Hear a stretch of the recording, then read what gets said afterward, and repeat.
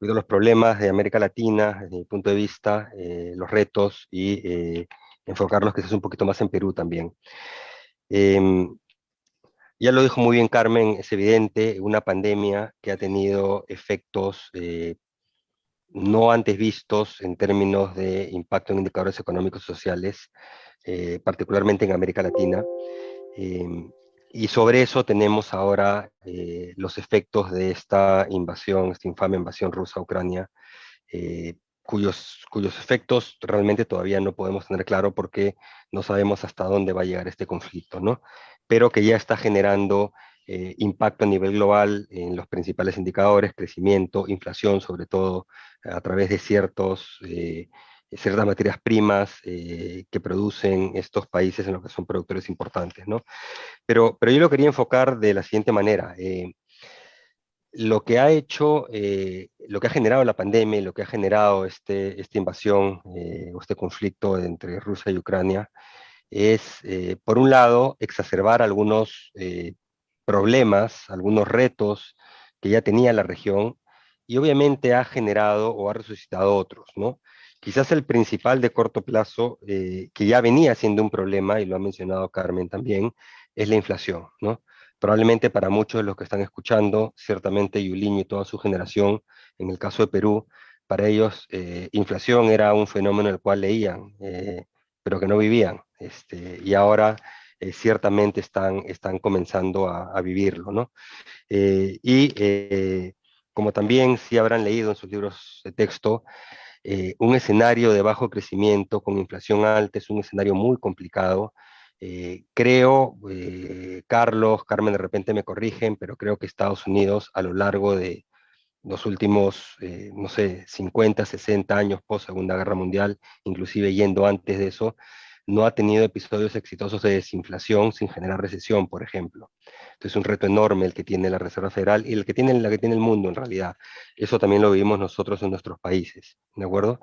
Pero pensando un poquito en América Latina, ¿cuáles son algunos de los principales problemas? Y creo que todos los conocemos, las soluciones son más difíciles, pero pongámoslas un poquito en perspectiva.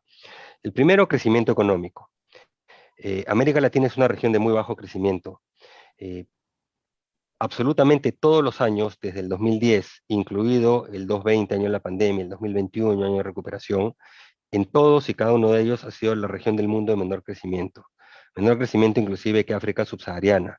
África subsahariana puede ser más pobre que América Latina, sustancialmente más pobre, pero ha crecido más. Entonces somos una región que no crece. Y los años previos a eso tuvo un desempeño, digamos, razonable por el superciclo de materias primas y por la bonanza global. Y si vamos un poquito más atrás, de nuevo vemos un desempeño muy pobre. Es una región a la que le cuesta mucho crecer. Y como le cuesta mucho crecer, el crecimiento no lo es todo, pero el crecimiento es esencial si queremos combatir pobreza, por ejemplo, ¿no? Si queremos crecimiento de clases medias, sin crecimiento, un crecimiento muy bajo, es muy difícil. Y ese es un reto que tenía América Latina antes de la pandemia y ahora, tras la pandemia y con la guerra, se vuelve un reto aún más monumental, ¿no? El segundo gran reto de América Latina, también muy conocido, es desigualdad económica. Si lo medimos a través de ingresos, Gini de ingresos, es la región más desigual del mundo. ¿Ok? Eh, Ha reducido moderadamente la desigualdad eh, durante los años pre-crisis financiera internacional y un poquito después, quizás hasta el año 2013-14, cuando comienza el declive de precios de materias primas. eh, pero de ahí, básicamente, o ha habido retrocesos, estoy hablando pre-pandemia, o obviamente la pandemia genera incrementos en desigualdad en América Latina y en todos lados, pero era una región también que tenía desigualdad muy alta y por más que tuviera razonable prosperidad con respecto al pasado por factores externos fundamentalmente, le costaba mucho reducirla, ¿no? Entonces es el segundo gran reto, ¿no? Tiene otros, evidentemente, pobreza todavía relativamente alta en unos países más que en otros. Hay varios países de ingreso medio, pero todavía la pobreza en promedio es una pobreza alta en la región, ¿no? Entonces, ¿cuáles son las soluciones? Es difícil. Primero, eh, hay temas que son supraeconómicos, ¿no? América Latina, ahora, en todo lo que he dicho antes, Perú es un país que ha tenido mejor desempeño que prácticamente toda la región en los últimos 20, 25 años, ¿de acuerdo? Ha tenido uno de los mayores tasas de crecimiento, tiene desigualdad, por lo menos medida como en ingresos, también por indicadores de, digamos, ¿cómo se llama?, de pobreza multidimensional, pobreza monetaria, las ha reducido muy rápido, está en todos los casos por debajo del promedio de América Latina, incluida desigualdad de ingresos, ¿ok? Entonces, ha venido haciendo las cosas mejor, ¿de acuerdo? Aunque evidentemente cada vez con menor éxito tras el desplome de precios de materias primas en el 2014. Y ciertamente tras la pandemia se abren una serie de interrogantes.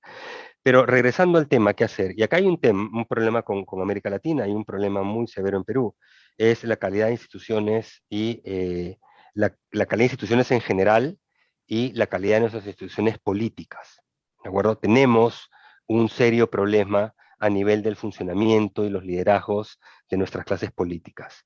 Y creo que eso se está viendo nítidamente en el caso peruano. Llevamos, y ya perdí la cuenta, si recuerdo bien, creo que 5 presidentes en 5 años y estamos con intentos de irnos por el sexto y ciertamente, digamos, más allá de razones legales, constitucionales y eso no, en términos de desempeño y de lo que estamos viendo, ciertamente es difícil pensar que si seguimos en la misma senda no tengamos un sexto presidente antes del sexto año, ¿de acuerdo? Entonces, eso escapa al diseño de la economía, pero es muy importante para poder, porque es un condicionamiento de cómo se formulan, cómo se diseñan y después cómo se pueden ejecutar estas políticas públicas, ¿de acuerdo? Y ahí ciertamente América Latina, la mayoría de países de América Latina esta es claramente una vulnerabilidad, ¿no? Y en el caso de Perú, es una vulnerabilidad creciente que se ha hecho mucho más visible además en los últimos 5 años. Ahora, en términos de qué hacer, esto es aplicable a toda América Latina, pero en el caso de Perú. En el caso de Perú en particular, ¿cómo salimos del hoyo en el que nos encontramos? Más allá de lo que les he mencionado que es supraeconómico. Primero, preservar lo que pudimos construir, lo que eran nuestras fortalezas. No debemos subestimar la estabilidad macroeconómica, ¿de acuerdo? La independencia del Banco Central, la fortaleza de los indicadores monetarios externos. Esa es una fortaleza que debemos mantener, ¿de acuerdo? Perú ha podido capear una tremenda incertidumbre de ciclo político, un choque económico muy, muy, muy violento de la pandemia, con uno de los cierres más draconianos de la economía y de todo tipo de actividades que devino en una contracción de doble dígito, pero permitió que la cadena de pagos siguiese funcionando, por ejemplo. ¿Okay? A través de los Reactivas Perú y otros programas, ¿de acuerdo? Entonces, un banco central que debemos preservar. Y lo otro es la estabilidad fiscal, ¿no? Y las fortalezas fiscales, que también se han debilitado, se han erosionado en Perú. Si uno mira los indicadores de stocks o aún de flujos, todavía estamos mejor que la mayoría de países de América Latina, pero es claro que ya no estamos en la posición de antes. Carmen hablaba de que no estaba prediciendo crisis fiscales para la región. Yo tampoco podía predecir crisis fiscales, pero si vemos qué está ocurriendo en el mundo y en la región, el mundo, corríjame si me equivoco, tiene los mayores niveles de deuda, no sé si en la historia, pero por lo menos en los últimos 80, 100 años, ¿ok? Deudas públicas, deudas totales, incluso sector privado, ¿no? Como ratio a PBI. Y ciertamente ese es el caso en América Latina. En América Latina, los ratios de deuda ya son, en promedio para la región, máximos históricos. No es nuevamente el caso de Perú, hay un salto, digamos, no menor, pero igual tenemos un ratio de deuda todavía bastante manejable. Pero la región enfrenta retos fiscales enormes que se exacerban con las subidas de tasas de interés, ¿no? Con el crecimiento en el costo, la subida en el costo del crédito, ¿no?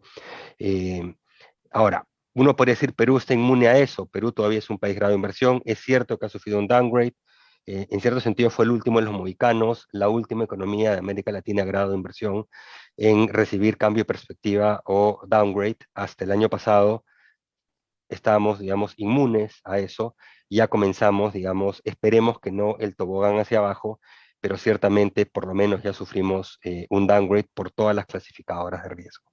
Eh, pero digamos, Perú está mejor posicionado que el resto, pero lo cierto es, y como se ha visto a lo largo de crisis fiscales, crisis en emergentes, eh, cuando hay crisis en países emergentes relevantes, sistémicamente importantes, hay efectos contagio, hay efectos rebote, hay todo tipo de efectos que pueden contagiar a Perú, digamos, ¿no? Entonces, ese es un riesgo que siempre hay que tener en el radar. Y las restricciones fiscales de varias economías de América Latina ya son restricciones fiscales activas. No sé si escuché o entendí bien la parte que comentaba Carmen, pero el espacio para políticas contracíclicas en situaciones de enfriamiento económico, si ocurriese ahora, ya no son los mismos en los países, en la mayoría de países de América Latina. El propio Perú, tenemos exenciones a la regla fiscal ya desde el año 2014, cuando yo era ministro, cuando se cayó el precio de las materias primas, pero de ahí ha habido prórroga tras prórroga, suspensión de reglas, etcétera. En algún momento tienes que retornar a, a una senda creíble, una senda no solo sostenible, sino creíble, ¿de acuerdo? Perú tiene un poco más de espacio para hacer ese aterrizaje suave, digamos, pero tiene que hacerlo, y es algo que el nuevo ministro de Economía anunció que se va a hacer, pero que todavía no lo vemos, ¿de acuerdo? Eso no se puede sacrificar. Después hay una serie de bienes públicos transversales, sabemos todos el checklist: infraestructura, capital humano, eh, políticas públicas que generen competitividad. En todas ellas, la región es una región que tiene debilidades y debilidades relativas inclusive a su nivel de ingreso. Países de ingreso medio, por ejemplo, medio alto, como Perú, igual tiene un índice, unas brechas de infraestructura muy altas para ser un país de ingreso medio, por citar un ejemplo. O tiene un nivel de capital humano muy bajo para ser un país de ingreso medio alto. ¿Okay? La pregunta es cómo resuelves esto, ¿no? Y ahí, en realidad, es buenas políticas públicas que se sostengan en el tiempo, sujeto a restricción fiscal y obviamente reformas donde corresponda. Y eso es muy difícil de lograr en nuestros países. De hecho, en este momento, en el caso de Perú, no estamos hablando de reformas, digamos, pro crecimiento o reformas, llámenle como quieran, segunda generación o lo que fuera, ¿no? Lo único que estamos viendo es retrocesos en términos de políticas públicas. Un ejemplo, y lo ha dicho Carmen en su presentación, dice, si se quiere incidir sobre sectores vulnerables a raíz de la pandemia, ahora a raíz de la inflación, que es, digamos, el fenómeno más regresivo, uno de los más regresivos que pueda existir, dice la salida es más por políticas sociales. Yo añadiría políticas sociales focalizadas, porque la pandemia nos trajo por necesidad políticas sociales universales, bonos universales. Pero ahora tenemos que retornar a lo que es mejores prácticas, es focalicemos en los sectores vulnerables, los sectores que están expuestos a estas subidas de impuestos, a pérdidas de empleo. El empleo en América Latina no se ha recuperado, el empleo en Perú no se ha recuperado. Si ustedes ven estadísticas oficiales van a decir, el empleo en Perú se recuperó. Ya recuperamos el nivel de empleo prepandemia, el año 2019. Sí, pero si uno mira los indicadores de calidad de empleo, la historia es otra. Hay 1 millón menos de puestos de empleo adecuado, que es criterio económico.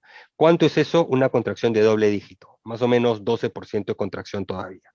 Si uno ve empleo formal, 750.000 puestos de trabajo, empleo formal perdidos, medido con la metodología del INEI y encuestas de hogares. ¿Cuánto es eso?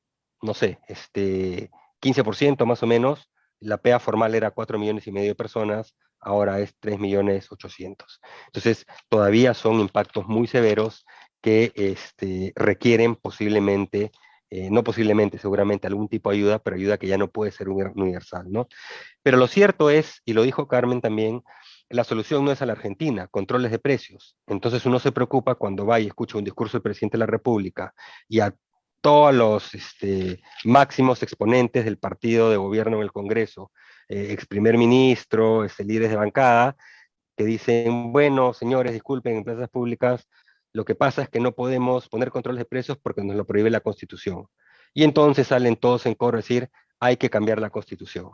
Es decir, volvámonos, no sé si quieren un Venezuela o alguno de esos países que ciertamente tienen pocos logros que mostrar, ¿no? Entonces, de nuevo, yo creo que, sobre todo para ustedes estudiantes, no se dejen engañar por, digamos, propuestas que no tienen ningún tipo de sustento de evidencia económica.